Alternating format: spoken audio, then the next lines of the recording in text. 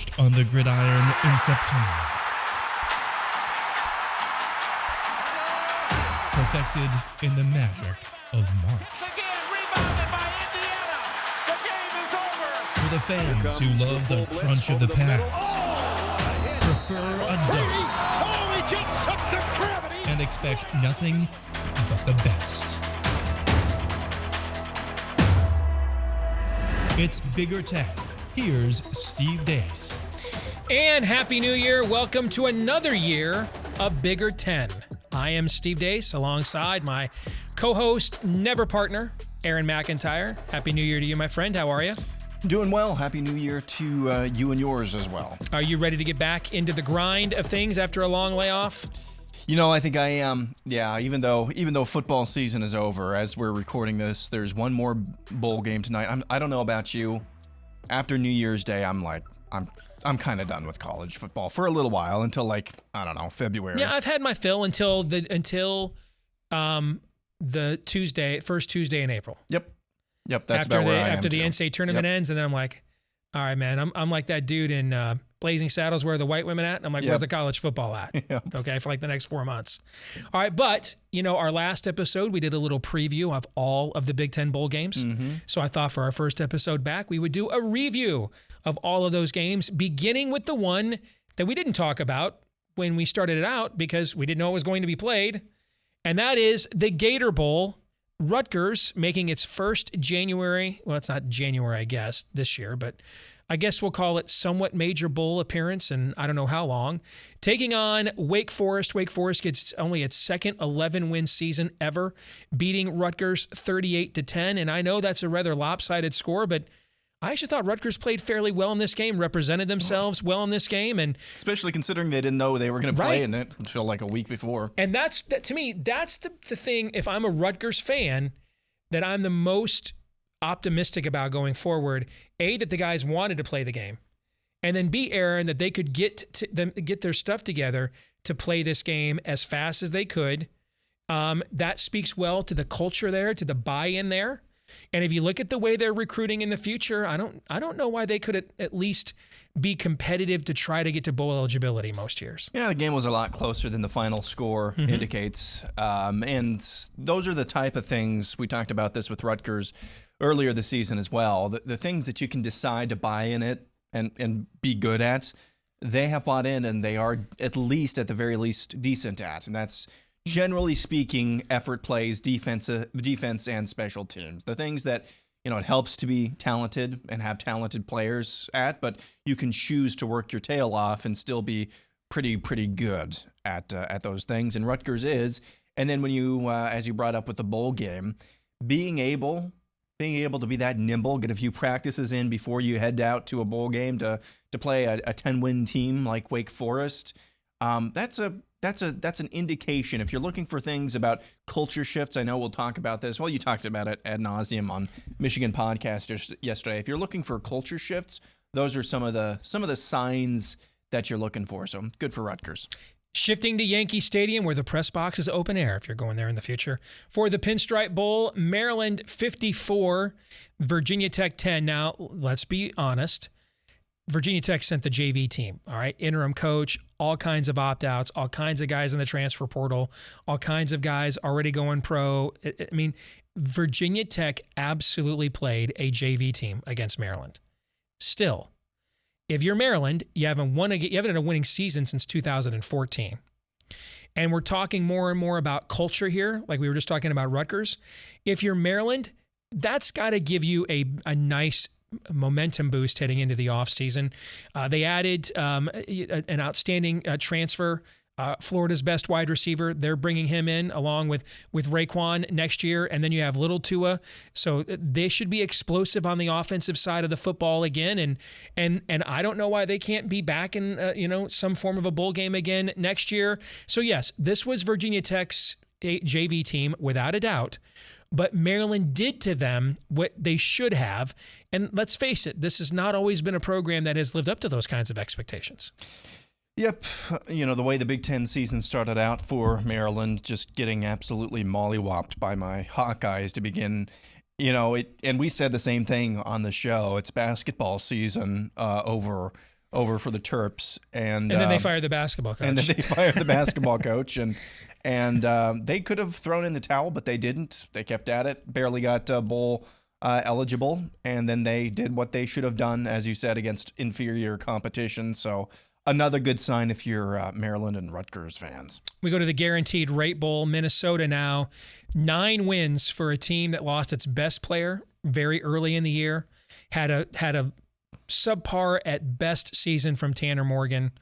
Had a slew of other injuries. Had to come back from being Bowling Green's first FBS win since 2019. This was a lot of adversity. And here we go again with the whole culture refrain. But for all the talks about his gimmicky culture and the shtick and the schmaltz, and he's not for everybody, there's clearly some substance behind the shtick. And the buy-in is high for this team to respond to this level of adversity and end up with only the 4th 9-win or better season for this program in a century.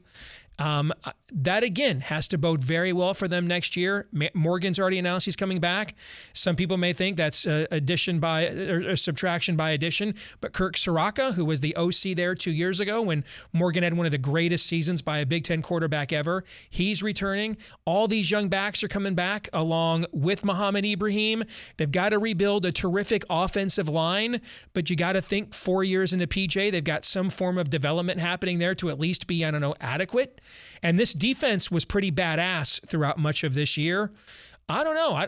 We could be looking at the team that might be the favorites in the West next year, Aaron. Yeah, depending on what, if anything, happens with Wisconsin this offseason and whether or not Iowa fires Brian Ferentz, which is not going to happen.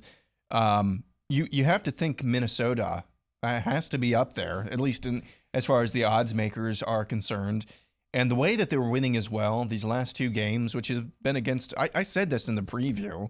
That I wouldn't be surprised if West Virginia, they're a very pesky team, if they kept around. The way they've won these last 2 games against Wisconsin and West Virginia has not been sexy, but they got it done.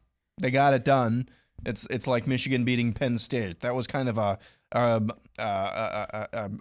corner turning for that season, in my opinion, because it was a win where the players just decided over my dead body, and that seems to be what happened with Minnesota these past couple of games. Which, if you're a Gophers fan, you hope you don't scuffle out of the gate. This has happened with Minnesota. They've had some close calls out of the gate in seasons in years past. Hopefully get over some of those yips and then get into the heart of the Big Ten schedule. They also beat Purdue, who we'll talk about next. I mean, if they don't lose to Illinois and Bowling Green, dude. Yep. This is an 11-win team. Yep. Think about that. Yep.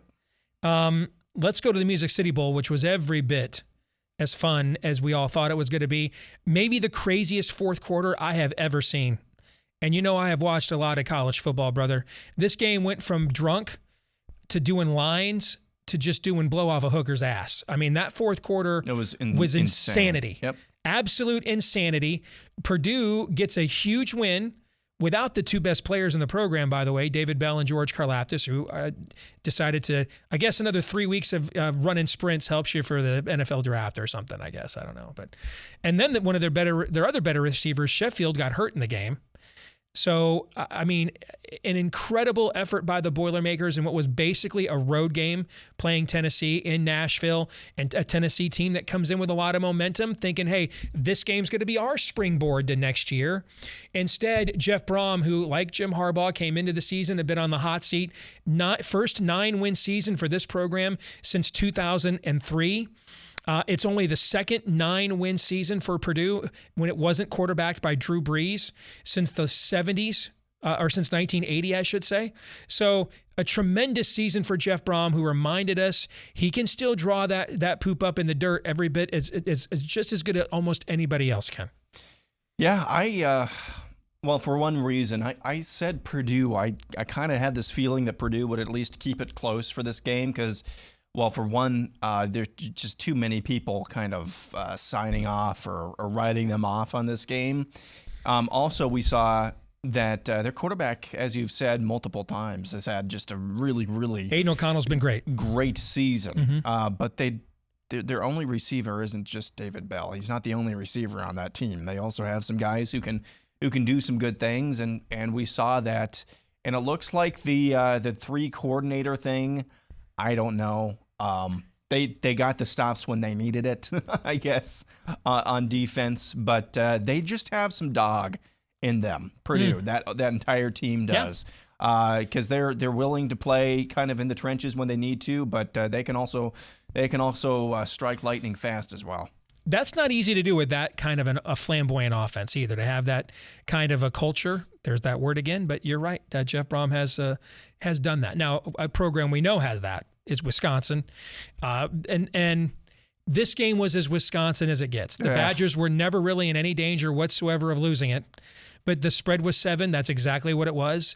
They were never in any danger of losing it. They were never really at any point, you maybe thought they were just going to coast their way to victory either. Their limitations on offense beyond that promising young tailback are why they have a hard time putting teams away. On the other hand, Arizona State has never seen a defensive front 7 like playing in the Pac-12, like what Wisconsin brought to the table. And you could see it took them almost an entire half to adjust to that, to get some form of an equilibrium. And they hung around, but it was kind of an ugly hang around, like 250 total yards. In the end, it was kind of a Wisconsin home game out there in Las Vegas. Yeah. In the end, it was just the fact that Wisconsin didn't have the explosive offense to win a championship this year, or to put teams like this, just blow them away. But hey, we're still talking about a 9-win team. My analysis about this game in particular was correct. The end result was not, though. I liked Wisconsin by upwards of 13, 14 points, just because of the physicality that not only the defensive line but even the offense with a limited quarterback, I thought could open up some more holes for their running game. So I think that was mostly true. I think Arizona State, I should say, was completely overmatched. But yeah, we'll see what happens with Wisconsin. I'm not really sure where you go from here. Do you find a different quarterback? Is that your only problem, or is the play calling just wasn't really designed for the offense that you had? You were calling plays for the offense that you wanted, not the offense you had. Maybe that needs to be tweaked in the offseason. But as you said as well, still a 9-win team. Still a 9-win team. You make a couple plays here and there at Minnesota, and who knows, you might have had a shot at revenge against Michigan in the Big Ten championship game too. So I don't really think any big changes have to happen at Wisconsin. I just think this was a little bit a below average year for them. So if I'm a Wisconsin fan, I'm not panicking. I'm not upset this year. You're not entitled to the division every single season. You're not entitled to a 10, 11-win season every year. So I'd say you'll be back in the next season. Now to who I think is the most interesting team in college football this offseason. And it's precisely because he's not on the hot seat. Like, we all know what the deal is with Scott Frost. Okay, he's got to get to a bowl game or he's gone. We all know that for next year. James Franklin is in a position very much like Jim Harbaugh was at the end of last season, but instead of getting a humbling haircut in terms of a pay reduction from the university and a lower buyout than the Louisiana Tech coach had, James Franklin was given maybe the most ridiculous contract in all of college football. He's got metaphysical certitude levels of job security, at least for the next year. And yet he's 11-11 the last 2 seasons. And our boy Chris Felica over at ESPN put out some data trends on Penn State's performance the last 2 years, quantifying that a little bit more. That is fugly, okay? Sean Clifford announced he's coming back. I don't know if that's a good thing, though, because he started this game and had to get benched. And now their last 2 recruiting classes for 2021 and 2020, outstanding. Who knows how many of those guys can help your team, but they cannot be the basis of your team in 2022, right? That's too young of a team. So, you look at the amount of guys that are losing on defense. Penn State did not win a game this year when Jahan Dotson did not score a touchdown. He didn't play in the Outback Bowl, so that means they lost. He was the entire passing game. I don't know what you have in Sean Clifford. I don't know, dude. They couldn't run the ball at all this year despite all those highly recruited tailbacks. If I'm a Penn State fan, I'm kind of feeling trapped right now. And at least with Harbaugh, if you wanted to continue to be an apologist, you had a narrative in that, well, the whole new recruiting class, or I'm sorry, whole new coaching staff. You know, they're bringing in a couple new guys, but it's because those guys left for like head coaching jobs. I don't know. I think this is what it looks like when a coach is normally on the hot seat, Aaron. And they gave up over 300 yards rushing, by the way, to Arkansas. Over 300. Just listless. This is normally the profile of a program whose coach is going to get fired next season, not one who just got the most ridiculous extension in the entire history of college football. But here we are. Yeah, I'm not really sure what to say about this situation that hasn't already been said. I think if you're a Penn State fan, you now go into the recesses of your mind and maybe go for the magical thinking of, well, this was just a really weird, fluky year. We're just going to reset this offseason, go back to playing Penn State. Well, what is Penn State football?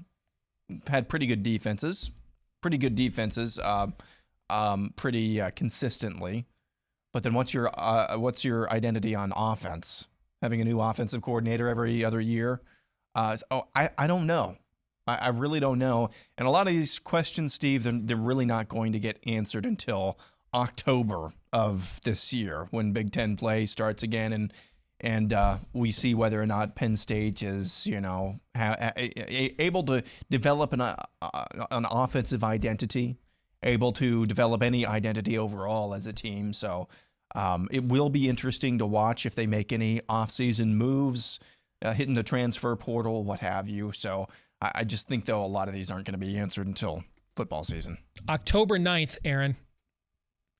October 9th is when your Hawkeyes hosted Penn State in a rare Big Ten battle of top 5 teams. October 9th. Aaron, that was not even 2 months ago. And think about what has happened to this program since just October the 9th. So we've talked a lot already this episode about the culture stood up to the adversity at Minnesota, right? The culture Schiano's building at Rutgers instantly mobilized for a game, right? I mean, that word's come up a few times already. Mm-hmm. What is the culture at Penn State? That on October 9th, you can be top 5 in the country, and by the time we get to January 1st, you're 7-6. What's going on there? Well, it's definitely not a next man up culture. At least that's not what it appears anyway. I don't know if it's a mental game or not. They had some pretty key injuries in that game. Clifford was one of them. The defensive player whose name is escaping me was out for the season, I believe, after that game. I don't know if that starts to wear down on you mentally, and then you've got the gauntlet. I mean, this is the toughest the Big Ten East has been in years, is it not? So I'm not really sure what the culture. I'm not really sure what the culture is there right now. For some reason, what keeps sticking out to me when it comes to Penn State is this is just a really weird year where we're not getting any breaks whatsoever. So I hope maybe that means progression to the mean, but I don't know how you fix a culture or how you continue to build a culture when you're not really, when the guy at the top is not really motivated that much. When you get a contract extension, does your motivation to exceed and be excellent and tweet, what is it, next week, or whatever the hell he is, he tweets. Yes. I'm not really sure where your motivation goes for that. I guess if you're an elite coach, then you don't really have to have motivation. You're just elite, but I'm not really sure. It's a big question mark. That's all I'm trying to say. To the Citrus Bowl, and to me, this just is, again, this one's a simple analysis. This is Iowa, again, trying to win with 10 guys on offense, unable to do it. And, Spencer Petras, I think, had, 3 more interceptions in this game. There has got to be a better quarterback in the transfer portal. There has to be. Steve, I've said all season, and I have been critical a little bit of Petras, but I've said all season my main critique of this offense was the offensive line. It just really wasn't up to par, despite having one guy who is a world beater in Tyler Linderbaum.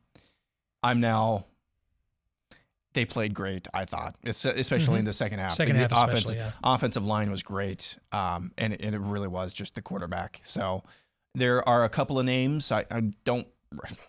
There are a couple of names. There's the Max Duggan. I think he's in the transfer portal right now, unless he signed somewhere that I haven't seen. Oh, I think he'd be a tremendous addition. He'd be a great fit. Iowa and kid, an Iowa great kid overall as well. athlete who can make plays with his feet. I would love to see. I just don't know. There's this stubbornness of offensive philosophy at Iowa, and part of it makes sense where it's very complimentary. You don't want to put your defense in a position where, they make a big stop, after a long drive, and then 2 minutes later they're back out there again. I get that, but you look at what Kentucky did. Mark Stoops is out of the Hawkeye, ecosystem. A lot of people were pointing out they have some of the same concepts as Iowa. Yeah. They just make They're the Iowa of the SEC. Exactly. They just make a few adjustments here and there, and they're able to have some success offensively. So I think the defensive line look great. That's the best they've looked all season. Offensive line, it was the best they've looked all season. They just need somebody who can, make a throw when they really, really need it. Speaking of making a throw when they really, really need it, Peyton Thorne looked like the two-star recruit he once was for 3 quarters against Pitt in the Peach Bowl. And then in the fourth quarter, all of a sudden, man, dude just went off. And this was two different football games. This was the football game for the first 3 quarters where Pitt was clearly in control, although because of the loss of Kenny Pickett and a couple of other players, just didn't have the talent to really pull away. But that was their football game. It was being played at their tempo, their game control. The game control was on their edge. But the minute this flipped to the fourth quarter, Peyton Thorne just reached a completely different level, took the Michigan State offense, put it on his back. Now that, Jalen Naylor had a little something to do with that at wide receiver as well. But that's a big win for Michigan State against Pitt. 11-win season in just year 2 under Mel Tucker. Yeah, when you have the amount of success that they had this season, knocking off their in-state rivals, being ranked in the top 10. Did they get in the top 5? I think they were in the top 5 at least after they beat us, they did. One week. For a week. When you have this type of success that you had earlier this season, but you didn't you didn't win your division, much less win your conference, you still want to end the season the way that Michigan State did. They're kind of the more successful or flip side of Minnesota this year, who could have just been like, who cares whether or not we're playing in Tampa or Tucson, who care? Well, they decided that they cared, and they, Michigan State bowed up, knocked off Penn State at the end of the year in a game that they could have easily just kind of let slip away. And then in this one as well, they turned it into a different gear in the fourth quarter. That's a pretty good sign. That's probably the most impressed I've been with the last 2 games. Most impressed I've been with them all season.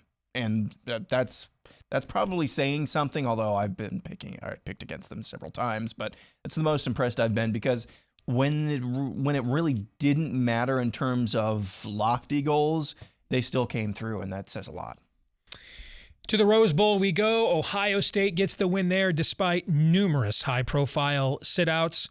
Massive comeback for the Buckeyes, who were down by 14 points. It seemed like the entire first half. Utah got off to the great start.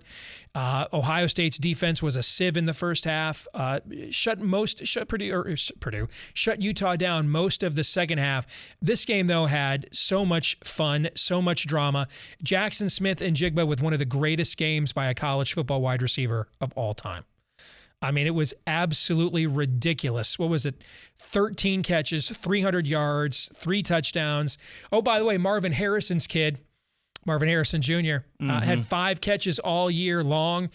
Then just, messed around and got a triple-double of touchdowns in the friggin' Rose Bowl coming off the bench. Cold, who needs Chris Olave and Garrison or the other kid, Garrett Wilson, whose name I almost have already forgotten. Who needs those guys with the way Ohio State recruits?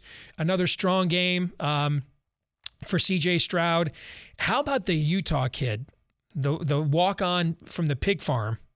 coming off the bench cold in the final few minutes of the fourth quarter and throws a friggin' dime for a touchdown to tie it, right? And then Ohio State goes down at the end of the game, kicks a field goal on virtually the final play, only to have its kicker then turn around and wave bye-bye to the Utah players. Yeah. There was a bit of a fracas afterwards. This one was just a ton of fun to watch, man. It had absolutely everything. I thought it did the Rose Bowl proud, and a big win for Ohio State. It's their 9th season with 11 wins or more in the last decade. Aaron. Well, made me very happy because when they went down 14-0, I bet on Ohio State at plus money, so that was fun. That was a fun bet. Can't even remember what we were doing on Saturday. Oh, we were playing the Wii. I got my wife a Wii because she grew up with the Wii, and so it was kind of a nostalgic gift. So we were playing the Wii, and I had the notification alert set up on my phone for this game for scoring plays. In the first half, like every 2 minutes, it seemed like, oh, another touchdown. Oh, another touchdown. Oh, another.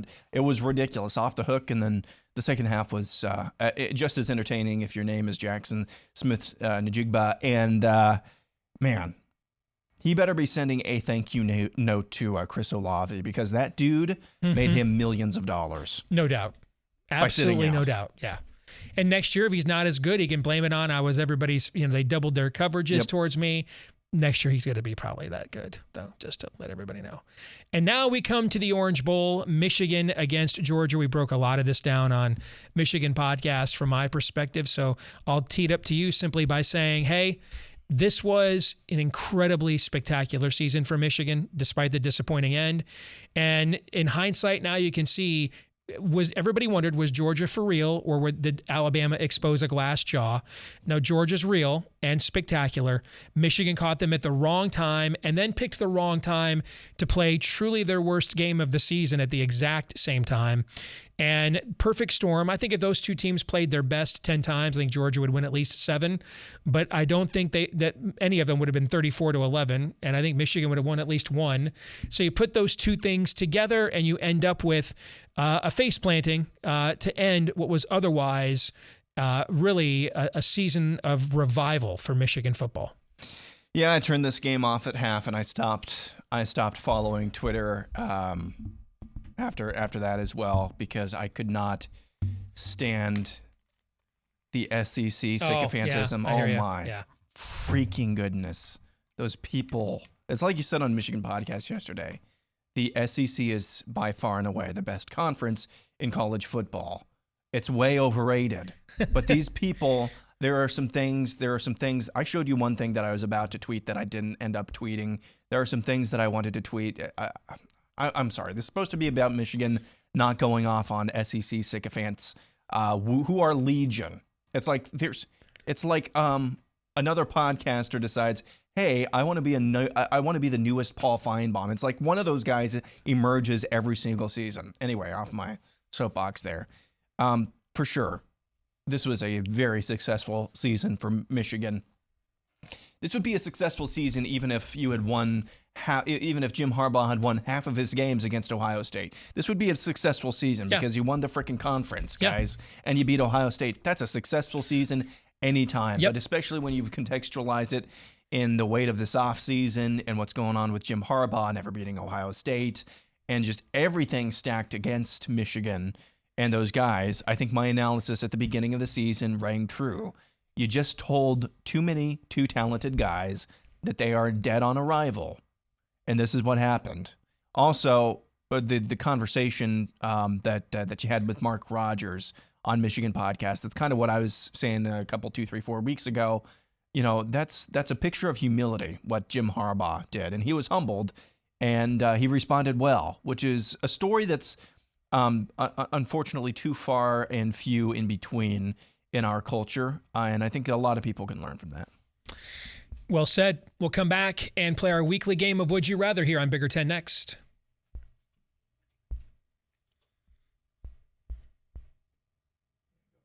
Let's get to it. Let's play our weekly game of Would You Rather here on Bigger 10. Aaron, I ask you first. Would you rather be Nebraska or Indiana attempting to rebound from face-planting college football seasons this offseason? Who would you rather be? I think it's Nebraska, honestly. I mean, you have to think yes, we've had this conversation before. All of these fourth quarter or second half meltdowns that they've experienced this year, there's a point where that's not just the ball bouncing the wrong way. There's a point where that just becomes, you don't know how to win games. However, you have to think at some point there's going to be a ball that bounces the right way for them in some of these situations, or a couple of times, and a progression to the mean. And I think they still have the talent to be able to do that. Indiana, a little bit more challenged in that department, playing in a tougher division. So I'm going with Nebraska. This one is for you. Would you rather you Penn State, Indiana, or Iowa basketball, all off to 1-2 starts in conference play? Of course, Purdue is as well, but I didn't include them in this list, so I didn't want to make it too easy. That is incredible, by the way, that Purdue was number one in the country a month ago and is 1-2 in the Big Ten. I think I'd rather be Iowa because, well, Penn State's a program that doesn't have a lot of historical success. Indiana is, but you also have a much more pressure there with a new head coach. And in Iowa, I've got an established coach. You know what he is. And at least I know we're going to play an entertaining brand of basketball. And this year, if it turns out we're an NIT team, although Iowa's analytics, you're 22 in Ken Palm right now, that almost always guarantees you're going to be an NCAA tournament team. But even if that doesn't stand up, as long as it's an entertaining brand of basketball, and it's 1 year past Luka Garza, Iowa fans will give you a year to reassess. And we know Gary Barta will give you several years of those if you want, right?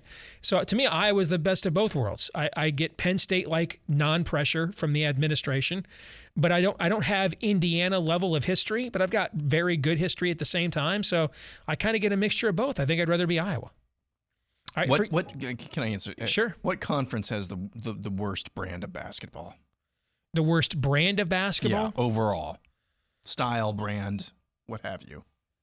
That's a good question. To me, it's the Big East. I was going to say the Big East because you know what? I was about to say that because, dude, first of all, our Patreon college basketball picks this year, dude, so far are freaking insanely good. Good. But I'm just hammering unders in the Big East. Yep. Hammering them. And it's because of that. Yeah. It's like I can't watch it. I really cannot watch it. I have an aversion to it. Unders in the Big Ten can be a good thing too, but a you lot have of times more- it's you have because more- it's a bunch of pro guys who are guarding each other, Yep. right? And if you watch a lot of these Big East games, a lot of times, man, it's just rock fight stuff. Yep. Man. Yeah. I hate that. Yep. Hate that. All right. Aaron, would you rather be Purdue or Michigan State attempting to duplicate next fall the surprising seasons this past fall that no one saw coming? I think it's Purdue because the expectations are going to be lower for Purdue, in my opinion. I think Michigan State, coming off an 11-win season where you were ranked rightfully so inside the top 5, you're going to have some pretty big expectations next year that I think, that are going to be hard to live up to, especially considering that your all-world tailback is apparently moving on, right? So I would rather be Purdue. Again, broken record, weaker division. You know, Jeff Brom, seems like every year he has a receiver that either emerges or lives up to expectations. And he runs a system that is very amenable to having some success against certain defenses, Iowa in the Big Ten West and elsewhere as well. So just mainly because of the weaker division and because of the lower expectations for Purdue. That's why I'd go with Purdue. All right, can I add one codicil to that? Both of them play Power 5 non-conference road games next year. Mm-hmm. Michigan State's at Washington, who has a new head coach, and Purdue is at Syracuse. All right, so does either one of those games change the calculus? You still think Purdue's got the easier trip there? Yeah. Okay. Yeah, I think so. Okay. I don't, Washington, I think will still be able to pack somewhat of a defense. And then playing in Seattle, on the West Coast, that's not always amicable for Big Ten teams. So yeah, we have seen that over the years. Yeah. You're right about that. Final one is for you. I couldn't think of anything else. Also, I didn't fully wake up this morning, so I just threw this one out for you. Would you rather hit a 45-1 futures bet or a 45-1 parlay? Which one would you be more proud of? This is a good one, actually. Because with a 45-1 parlay, you're right a bunch of times. Yes. But with 45-1 futures bet, I saw the future. Yeah. I had to see something long term. I mean, I did not have a great college football year on our Patreon page. I was just bragging about our college basketball picks. I had my worst college football season of all time, but I got two major things right. I bet Utah 15-1 to win the Pac-12 and Michigan 10-1 to win the Big Ten. And those two bets are going to pay a good portion of the family's trip to Universal Studios in Florida here next month. So there you go. But so I think just the way my ego works, I'd rather get the 45-1 future bet right because I love being able to brag that I saw something before everybody else did. Mm-hmm. Where the parlay could also be there's a lot of randomness in there. You know, getting a future bet right at 45-1, I think takes just a little bit more skill than getting the parlay bet. But that's a good one. All right, we'll come back, wrap things up here in a moment. This week's Twitter poll results, we asked you which surprising Big Ten football teams' 2021 season was the biggest fluke and thus unlikely to be repeated in 2022. And the three options we gave you were Michigan, Michigan State, and Purdue. Sparty leads the poll. 45.9% say that's the least likely to be repeated next year. Michigan next at 33.5%. Purdue third at 20.6%. Aaron, your thoughts on these results? You know, they're not way out of the realm of what I would have them and in the order of confidence that I would have them. Michigan State, you know, what they did this year, as they proved, it wasn't necessarily fluky in and of itself. Now, in terms of the overall arc of that program, it might turn out to be a fluke. I mean, rarely do you have an 11-win season in year two of a head coach. So I would still put that at number one. Michigan, are we really sure 33.5% thought that was a fluky season? Could also be how many Ohio State fans follow us on Bigger Ten. That's true. Purdue, you know, Purdue, I would probably put them unlikely to be repeated. I think they could get to 8 or 9 wins next year as well. We'll see what happens on the offensive side because they are losing some guys, but that's not too far off of where I would have everything. This week's feedback of the week, Scott writes, shout out to you guys. Not a fun night for Dace's Wolverines, but keep your head up. Thank you guys for all the great content this season as well. And I featured this one because we got a slew of these notes over the holidays, and I thought it would be really obnoxious of us to put them all up. So I decided to pick Scott's as just a symbolic of all of the rest and to say thank you all very much for the kind words. We love doing this and appreciate it. It's a labor of love. We enjoy talking Big Ten sports, and we'll be back at it again doing so next week. Don't forget to follow us on Twitter at Bigger10 and hit like, rate, share, subscribe, 5-star review, whichever applies to however you watch or listen each week here to Bigger 10. We would appreciate you helping to find us more Big Ten fans just like you. We had huge growth for this last year. We'd love to see that continue here into the new year as well. For Aaron McIntyre, I'm Steve Dace. We'll see you next time right here on Bigger 10.